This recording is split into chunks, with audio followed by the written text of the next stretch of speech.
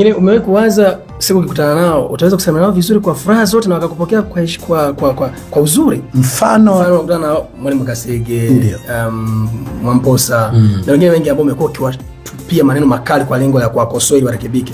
Hii haikupi shida mkikutana? Mfano mzuri nilivyokukosoa wewe, nilivyokukemea wewe.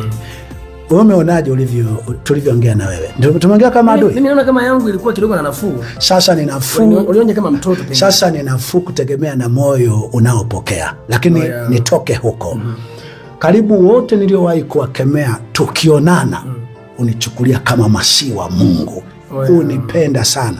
Kuna kijana mmoja anaitwa Joshua, yuko ni nabii, aliwahi kuwa rais wa manabii, yupo Morogoro pale. Vizuri sana.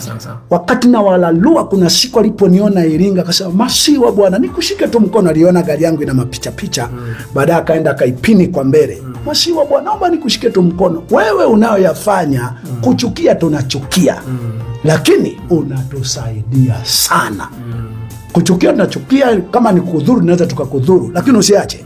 Unatusaidia sana. Siku moja, kama alimaanisha hivyo au kumaanisha hivyo, Mwakasege aliwahi kuja kwenye msiba wa msaidizi wake mmoja anaitwa Mwangosa, alifiwa na mama yake.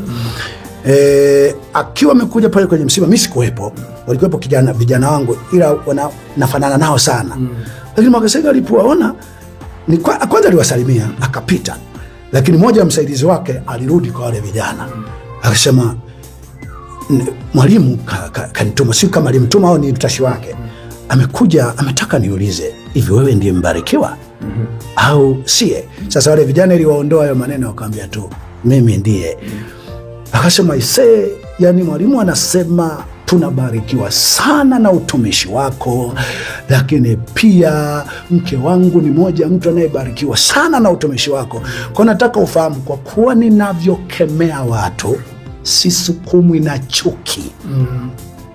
Ni pendo. Biblia katika Mithali 28:23 nasema, "Mkemeaye mwenzake hatimaye atapata kibali kuliko ajipendekezaye kwa ulimi wake." Kwa hiyo kinachofanyika pale ni kwamba unakuwa ni upendo wa kiwango cha juu sana. Kwa mtu anaweza akanichukia hivi kwa nje, lakini baada ya muda, au akanichukia kwa sababu tu watu wanamzonga, amekusema vibaya, lakini kwenye moyo wake anasema, "Huyu ndio rafiki wa kweli." Huyu ndio utumishi wa kweli, kumwambia wazi mtu anayekosea.